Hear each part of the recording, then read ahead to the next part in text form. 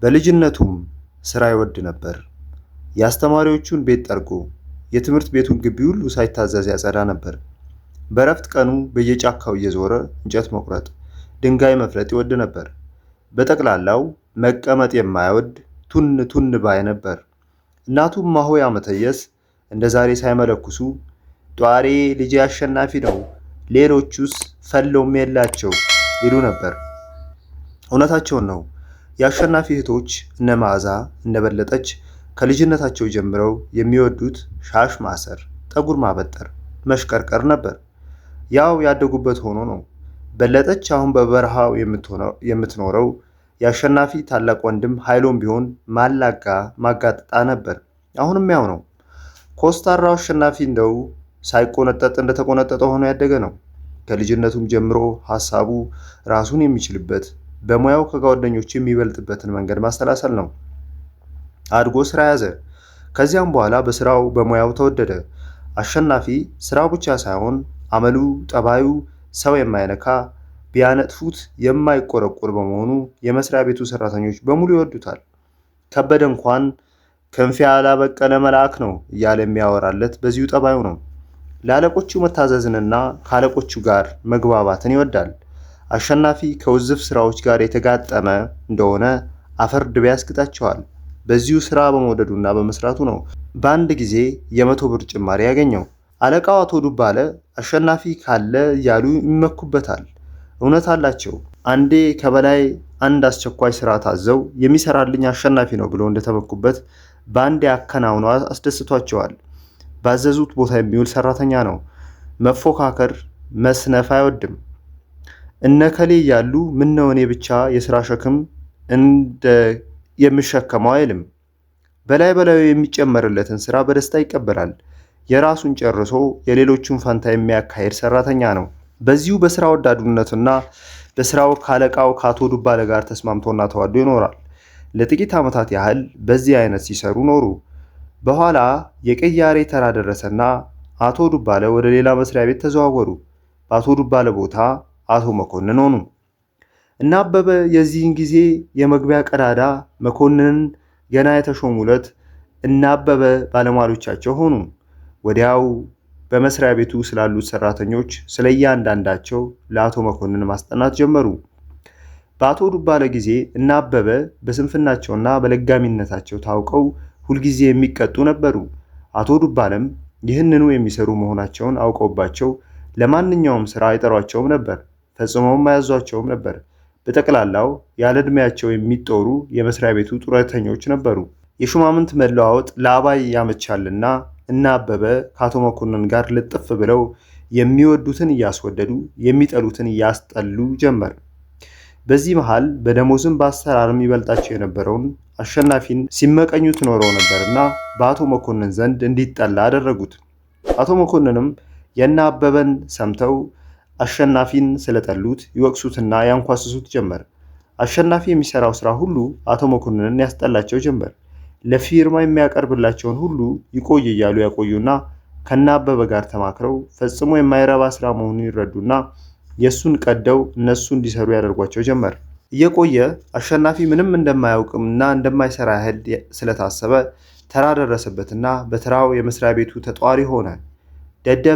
ደደብነህ ስላሉትም አሸናፊ ደደበ እና አበበም ቀስ በቀስ ካለቃው ጋር ይብስ ያቃቅሩት ጀመር። አሸናፊም ሲጠሩት የማይሰማ ሲነግሩት የማይገባ ሆነ። አንድ ቀን አቶ መኮንን ከነ አበበ ጋር ስለ አሸናፊ ሲያወሩ ሲጠሩት የማይሰማ ሲነግሩት የማይገባው ምን ደደብ ነው ቢሉ አበበ ፈጠን አለና ጌታዬ ተፈጥሮ ነው አላቸው። ታዲያ እንዴት ይህ ሁሉ ደሞዝ ተቆለለለት? አለ አቶ መኮንን። በዘመድ ነው አላቸው አበበ። ድሮም ደንቆሮ ነበር ወይስ አሁን ብቻ ነው አሉ። ድሮም ደንቆሮ ነው አላቸው አበበ። እንግዲያማ ደንቆሮ ከሆነ አሉ አቶ መኮንን ከፐርሴኖል ክፍል ይዛወር ቢሉ አለሙ ቀበል አደረገና ጌታዬ ስራውን ያበላሸዋል፣ እሱ እንደው አይሰራ አላቸው። ባይሰራም አሉ አቶ መኮንን ከስራ ጠያቂዎች ጋር ይስማማልና ከዚያ ሆኖ ይደናቆር አሉና የማዛወሪያው ማዘዣ ተጻፈ። አሸናፊም ማዘዣው እንደደረሰው በቀጥታ ወደ ፐርሴኖል ክፍል ተዛወረ። አሸናፊ የእጁን አገኘ ይባል ጀመር። የሚሰራው ነገር ስላጣ እየተበሳጨም እየተናደደም የሌለበትን አመል ሲጃራ ማጨስን ጀመረ።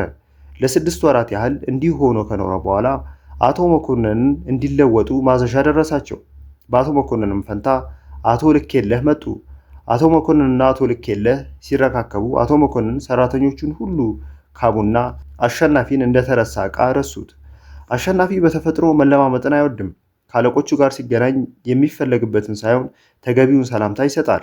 እጅ አነሳሱም ከአንገቱ ቀልበስ ማለት ብቻ ስለሆነ አብዛኛውን ከአለቆቹ ጋር የሚያጣላው ይሄው ነው። አቶ መኮንን ስራቸውን ለአቶ ልኬለህ ሲያስረክቡ አሸናፊን ከነ ዶሴው አስረክበውለታል። ጥሩ አልነበረም። ዶሴው የበከተ ነው። ብዙ ወንጀል ተጽፎበታል። የማይሰራ መሆኑን ይናገርበታል። በተለይም ወደ ፐርሶኔል ክፍል ሲዛወር የተጻፈበት ቀላል ደብዳቤ አልነበረም። አቶ መኮንን በቃልም ደህና አድርገው አስጠንተውለት ስለነበሩ አቶ ልኬለህ አሸናፊን በዘመድ የገባ ሸክም ይሉት ጀመር እና አበበ እንደገና ከአቶ ልኬለህ ጋር ስለተወዳጁ አሸናፊ አሁንም የመውደቂያው ነገር እንጂ የመነሻው የማይታሰብለት ሆነ። እንደገና በየዕለቱ ስሙን የሚያጠፉ ደብዳቤዎች ይጻፉለት ጀመር። ያላሰበው ነገር ሁሉ ወንጀል እየሆነበት ተገኘ። ለሚረባውም ለማይረባውም ነገር በቃል ጥያቄ ለሚፈጸመው ሁሉ ደብዳቤ ይጻፍለት ጀመር። የግል ማህደሩ እንደገና ብሶ በከተ።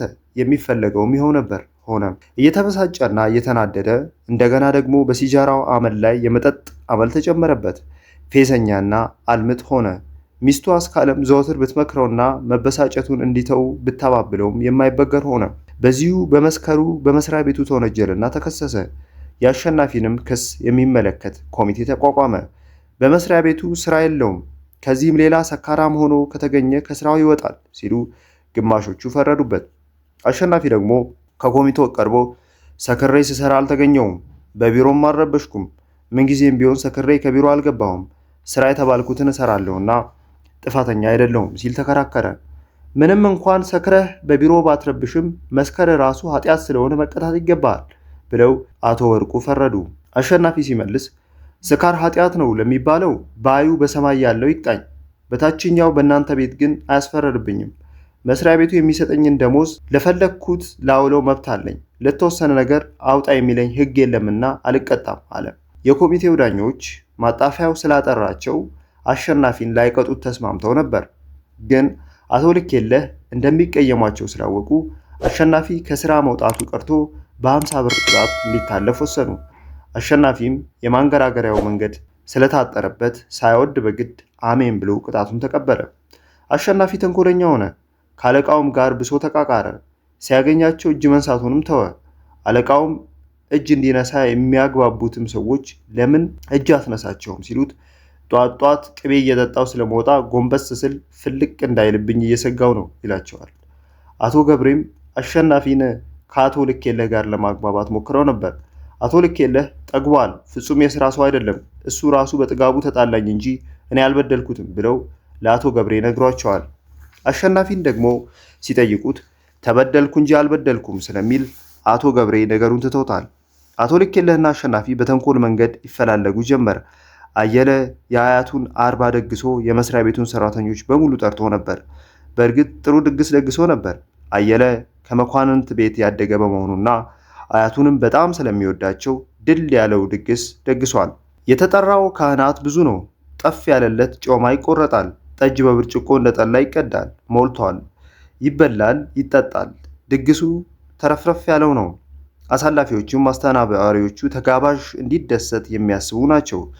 በዚሁ ነው ሞቅ ያለው አሳላፊ የበዛው። ምሳ ተበልቶ ገበታው ከፍ ካለ በኋላ አቶ ልኬለህ አንድ ሁለቷን ስበው ኖሮ አፋቸው ነጠቅ ይል ጀመር። ሌላ ሰው ባያወራና እሳቸው ብቻ ቢያወሩ ወደዱ። ስለሰሩት ስራ፣ ሊሰሩ ስላቀዱት ፕላን፣ እንዴት ተመስጋኝ ሰው እንደሆኑ መስሪያ ቤታቸው ቀርቶ ዓለም ሁሉ ባጭሩ አዳሜ በሙሉ በስራቸው የሚደነቅ ስለመሆኑ ነበር አቶ ልኬለህ የሚያወሩት። ቢሆንም ወሬያቸው እንደ ድሮ አልነበረም። ነጠቅ ያደርጋቸዋል። ምላሳቸው ተያይዞ ኮልተፍተፍ ይላል። ሰዓት ደረሰና ወደ ስራቸው ለመሄድ ሲነሱ ጠረጴዛውን ነኩትና ከብርጭቆዎቹ መሃል አንዱ ወድቆ ተሰበረ። ሲወጡም ጥንጁት በመሰለው አይናቸው መንገዳቸውን እያዩ ወልገድገድ እያሉ ሄዱ። እማኞቼ ናችሁ አለ አሸናፊ። በኋላ በነፍሳችሁ ነው የሚመጣው። መስከራቸውን እወቁልኝ፣ ልብ ብላችሁ እዩልኝ አለና ከበደን ተፈሪን ገዛኸኝንና ራሱንም አበበን አሳመነ።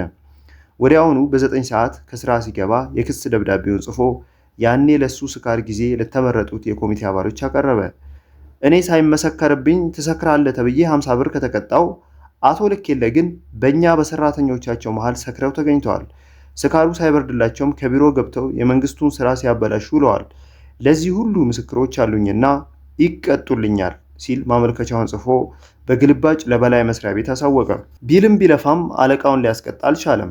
ከበላይም ዘንድ ለዚሁ ብሎ ቢመላለስም አቃተው። እንዲያውም የቀረበው ክስ የራሱን ሙያ የሚያጠፋበት በመሆኑ የበላዮች ታዘቡት እንጂ ፋይዳ አልሰሩለትም። ቀርቦም ቢጠየቅ ታዘብንህ አሉት። ለምን ቢል ነግበኔ አሉት። እስከናካቴው የበላዩን የሚደፍር በመሆኑ ለሁለተኛ ጊዜ እንዳይደግም ማስጠንቀቂያ ተጻፈለት። በኋላም ሽማግሌዎቹ በነገሩ መሃል ገቡና ፈጽመው በተንኮል ሳይፈላለጉ ቃል አስገብተው አስታረቋቸው። አሸናፊም እስከ ጭራሹ ትቷት የነበረችውን ያቺኑ የድሮ እጅ አነሳሱን ጀመረ። አቶ ልኬለህም አሸናፊን ለመግዛት ያህል አልፎ አልፎ እጁን በሰላምታ ይጨብጡት ጀመር። ሁለቱም ከአንገት በላይ ተግባብተው የሚሰሩ አለቃና ጭፍራ መሰሉ። አሸናፊ አባትህ በጠና ታሟልና በነፍስ ድረስ የሚል ቴሌግራም ከሐረርጌ ደረሰው። እውነት ነው፣ አባቱ ታመውበት ነበር። አሸናፊ ቴሌግራሙ እንደደረሰው እኒያ ድሃ አባቱ በደደር ውጭ ከዚያች ደሳሳ ጎጇቸው ድፍር ብለው ታዩት። የጠፍር አልጋቸው ቁርቋሬ፣ የአገልጋያቸው የእንኮዬ ድማሜ ንትርክ፣ የገበሬያቸው የአልዩ ለጋሚነት፣ የፋጤና የአሻ ደበስባሳነት ሁሉ ከፊቱ ተደቅኖ ታየው። ባባ የአባቱ ናፍቆት ሆዱን አሸበረው። ራሱን የደረሰውን ቴሌግራም ይዞ ማመልከቻውን ጻፈና የ8 ቀን ፈቃድ ለመጠየቅ ከአቶ ልኬለህ ቢሮ ገባ። ከወትሮ አብልጦ እጅ ነሳና ማመልከቻውን ሰጣቸው። ስራ በዝቶብናልና አይቻልም አሉት። ጌታዬ የአባት ነገር ነውና እባክዎ ይፍቀዱልኝ አላቸው አሸናፊ። እኔ ልፈቅድልህ የምችለው ለአንድ ቀን ነው፣ ከዚያ በላይ አልችልም አሉ አቶ ልኬለህ። አቶ ልኬለህ ጠረጴዛ ፊት የቆመው አሸናፊ በሊቶሪን ድሬዳዋ ደርሼ ለመመለስ እንኳን ጊዜው ብቻ 2 ቀን ይፈጅብኛል። ከአባቴ ጋር የአንድ ቀን መተያየት ይበቃኛልና እባክዎ የ3 ቀን ፈቃድ ይስጡኝ አላቸው። ጠረጴዛውን ተደግፈው የተቀመጡት አቶ ልኬለህ ፈገግ አሉና አይሆንም እንጂ ከሆነማ ምን ቸገረኝ ነበር፣ ከፈለክ ያው ላንተ ስል ነው፣ የአንድ ቀን ፈቃድ እሰጥሃለሁ አሉት። አሸናፊ ለጥቂት ጊዜ ተክሶ ቆየና መልሰው የሰጡትን ማመልከቻውን እንደገና አቅርቦ እባክዎ ጌታዬ የዛሬን ይለመኑኝ ቢላቸው አቶ ልኬለህ ማመልከቻውን ከአሸናፊ እጅ ነጠቁና ስነግርህ አትሰማም አሉና ለመገላገል ያህል በንዴት ለ24 ሰዓት ብቻ ፈቃድ ተሰጥቶታል፣ ከዛ ቢያሳልፍ ደሞዙ ተመላሽ ይሁን ብለው ጻፉና ፈረሙ። ሮብ ዕለት ፈቃዱን ተቀብሎ በማግስቱ ሐሙስ ወደ ድሬዳዋ ሊወርድ ተነሳ። እላጋር ድረስ ጓደኞቹ ሸኙት። ከሸኞቹ መሃል ኃይሉ አትሂድ ይቅርብህ፣ ለነገ ጠዋት ስራ ልትደርስ አትችልምና እባክህ አትሂድ አለው። አሸናፊ ግን የለም እሄዳለሁ አለ።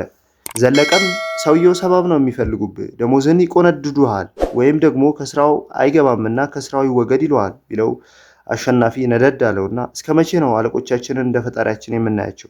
መቼ ነው እነሱን ይጎዱናል እያልን ከማሰብ ምንድን ነው እንዴ? ምን ማለታችን ነው? እኔም እኮ መብት አለኝ አላቸው። ተው እንደሱ አትበል አለ ዘለቀ። አፍን ሰብስብ። እርግጥ መብት አለ፣ ግን ካንተ ይልቅ አለቆች ይሰማሉ። ስለዚህ እነሱን ከመለማመጥ ሌላ የሚያዋጣን የለምና እባክህ ቅር አለው። አሸናፊ ግን እሄዳለሁ አለ። ባላጋሩ ሜዳ ላይ እየተንጎራደዱ አባትህም በጎ ሳይሆኑ አይቀሩም፣ ቶሎ እንድትሄድላቸው ይሆናል በነፍስ ድረስ ያሉ ሲለው አሸናፊ ነጠቅ አደረገና እግዚአብሔር ይመስገን ትናንት ማታ ከራሚስ የመጣ ሰው አግኝቼ በጎ መሆናቸው ነግሮኛል አላቸው ለጓደኞቹ። እንግዲያውስ አለ ኃይሉ አትሂድ፣ ከዚህ ሞዛዛ ሰው ጋርም አጉል ጠብ አትጫር፣ ደህና የታረቃችሁትን እንደገና አታበላሽ፣ ለሱም መንገድ አትስጠው፣ በስልጣኑ እንዲሰራብህም መንገድ አትክፈትለት ቢለው የለም እሄዳለሁ ሲል አሁንም መለሰ። ለጠብ ፍለጋ አለ ዘለቀ። ለሰላም ነው ሲል መለሰ አሸናፊ። እንዴት ሰላም ይሆናል? የተቀበልከው የአንድ ቀን ፈቃድ ነው፣ የምትሄደው ይደር ነው። ሊቶሪን ነችና ዛሬ ማታ በኩሬ ራይደር ትደርስ ይሆናል። ያውም ቀርሳ ላይ ያለው መንገድ ጭቃ ሆኖ ያልያዛችሁ እንደሆነ ነው። ፈቃድህ አንድ ቀን ነው፣ ነገ ከስራ መግባት አለብህ። ታዲያ እንዴት ለስራ መድረስ ትችላለህ? አለው ዘለቀ። ኃይሉ ደግሞ ቀጠል አደረገና እውነትን ነው፣ የሰውየው አፈራረም ለተንኮል ነው። እንግዲያውማ ጨለንቆ ነው የተወለድኩት የለ ያውቃል። በአንድ ቀን ደርሶ መልስ የማይገባበት ሀገር መሆኑን ያውቃል። ለተንኮል ነው ለአንድ ቀን ብሎ የፈረመልህ። ብትቀር ሊቆነድድህ ወይም ሊያስወጣህ ነው። ከማመልከቻህም ላይ እንዲህ ብሎ ጽፏል። ቢቀር ደሞዙ ይመለስ ብሏል። ከሄድክ በውሳኔው መስማማት ነው። ልቀጣ ብለህ ነው። እባክህ ቅር አለው። የፈለገው ይሁን እንጂ አልቀርም አለ አሸናፊ። ዘለቀ ደግሞ ቅር ነው የምንልህ አሁን ደህና መሆናቸውን ሰምተሃል። ቀስ ብለህ እነጋሽ ለማን አማላጅ ልከህ የ8 ቀን ፈቃድ ተቀብለህ ብትሄድ ይሻልሃል አለው። ለእኔ ብላችሁ እንደምትመክሩኝ አውቃለሁ አለ አሸናፊ ሲመልስ። ግን እሄዳለሁ ብዬ ፈቃድ ተቀብያለሁ እና መሄድ አለብኝ። ውሸታም አልሆንም አለ። ከመጣላት ብትቀር ይሻልሃል ዘለቀ ሲለው ቲኬት ማስቆረጫው በር ስለተከፈተ አሸናፊ ፈጥኖ ሄደ። ኃይሉም ዘለቀም ቆርጦ ነበርና ሳያመነታና ሳያወላውል ቲኬቱን አስቆርጦ ተሳፈረ። ኃይሉና ዘለቀ ከመሬት ሆነው በሊቶሬኒያዋ መስኮት ብቅ ያለላቸውን ጓደኛቸውን አሸናፊን እንዲቀር ያባብሉት ጀመር። በመጨረሻም ተስፋ ስለቆረጡ የማዝነው ቃሌን ባለመስማትህ ነው። ዛሬም ድሬዳዋ ገብተህ ነገ ብትመለስ እንኳ የፈቃድህ ቀን በአንድ ቀን ፊት ያልፋል። እምቢ ብለኸኛልና የሚደርስብህ መከራ የአሁኑን ያስታውሳል እያለ ኃይሉ ሲነግረው ሊቶሬናይቱ ጉዞዋን ጀመረች። አሸናፊም በፈገግታ ራሱን እያወዛወዘ ምንም አልደረግ እያለ ተሰናብቷቸው ተጓዘ። አሸናፊ ይግረማቸው ብሎ ሐሙስን፣ አርብን፣ ቅዳሜን ከአባቱ ዘንድ ከረመና እሁድ በማታ ባቡር ወደ አዲስ አበባ ተመለሰ። ሰኞ ልክ 6 ሰዓት ላይ ወደ መስሪያ ቤቱ ሄዶ ካለቃው ቢሮ ገባ። ወዲያውኑ እጅ ነሳና ጌታዬ የፈቃዴን ጊዜ ጨርሼ በደህና ተመለስኩ አላቸው። አቶ ልኬለህ ጉንጫቸውን በእጃቸው ደግፈው እንደተቀመጡ ጥሩ ነው የፈቃድህማ ጊዜ ሐሙስ ዕለት አልቋል አሉ። የለም ገና አሁን ማለቁ ነው አላቸው። የሰጠሁ ለ1 ቀን ነው አሉት። አይደለም አላቸው። አቶ ልኬለህ አሸናፊን ገላመጡትና ነው እንጂ ደግሞ ውሸታም ልታረገኝ ነው ቢሉት አሸናፊ በለሆሳስ አተኩሮ እያያቸው አይደለም አለ። ነው አሉት። አይደለም አለ። ምን መሆኑ ነው አሉ። ምንም አልሆንኩ አለ። ስትክደኝ አልካድኩም። የሰጠው የ1 ቀን ፈቃድ ቀን አይደለም ብለው ጠየቁት። አይደለም አላቸው። ጤናማ አይደለህ? አይን በአይን ትክዳለህ አሉት። አልካድኩም አለ። ኋላ ምን ማለት ነው ብለው አቶ ልኬለህ ጠየቁት። አለመካዴ ነው አላቸው። የሰጠው የ1 ቀን ፈቃድ ነው አይደለም ቢሉት አይደለም አላቸው። አቶ ልኬለህ በስጨት አሉና በንዴት ደወሉ። ተላላኪው ሲገባ የአሸናፊን ዶሴ አምጣ አሉትና ሄደ። ዶሴው እስኪመጣ ድረስ ከአሸናፊ ጋር ይወዛገቡ ጀመር። እረ ለመሆኑ ምን ያለህ ውሸታም ነህ? ምስክር ያለውን ነገር ትክደኛለህ ቢሉት አሸናፊ እጆቹን አጣምሮ እንደቆመ አልካድኩም አለ። አይ እንግዲያው እኔ ከፈረምኩ በኋላ ከመዝገብ ቤቶቹ ጋር ተስማምተህ የ5 ቀን ፈቃድ ብለህ ደልዘህ እንደሆነ አላውቅም ቢሉ አልደለስኩም አለ። ካልደለስከው ታዲያ የፈረምኩልህ እኔ አይደለሁ ነውት። ታዲያ እንዴት አይንህን ጨፍነህ ተዋሻለህ? አልዋሸውም አለ። ወዲያው ተላላኪው ዶሴውን ስላማጣ አቶ ልኬለህ እንደተናደዱ በኃይል ገለጥ አደረጉና ታዲያ ይሄ አይደለም አሉና አንዴ ወረቀቱን በቃሪያ ጥፊ መተው በአሸናፊ ላይ አፈጠጡበት። አሸናፊ ረጋ እንዳለ ምን ይላል አላቸው። ለ24 ሰዓት ብቻ ነው አሉ። ታዲያ ምን አጠፋው አለ። ደግሞ አሁንም እኮ አያምንም ቢሉ አምኛለሁ አለ። ከተሰጠ ፈቃድ በላይ መቆየትን አመንክ ቢሉት አላመንኩም አላቸው። ምን ይመናቸካል አሉና እንዴት ነው ያላመንከው አሉ። ያስቡታ ጌታ ያላቸው። እንዴት አስበዋለሁ 24 ሰዓት 1 ቀን ነው አሉት። የሰጡኝ ፈቃድ ለ24 ሰዓት ከሆነ ልክ ቅድም እዚህ ስደርስ የፈቃድ ሰዓት ያለቀ አላቸው። በአንተ ቤት 24 ሰዓት ማለት 5 ቀን ማለት ነው አሉ። አይደለም አላቸው። ታዲያስ ቢሉት ሊፈቅዱልኝ የሚችሉት በስልጣኑ ስር ለመሆንበት ሰዓት ብቻ ነው።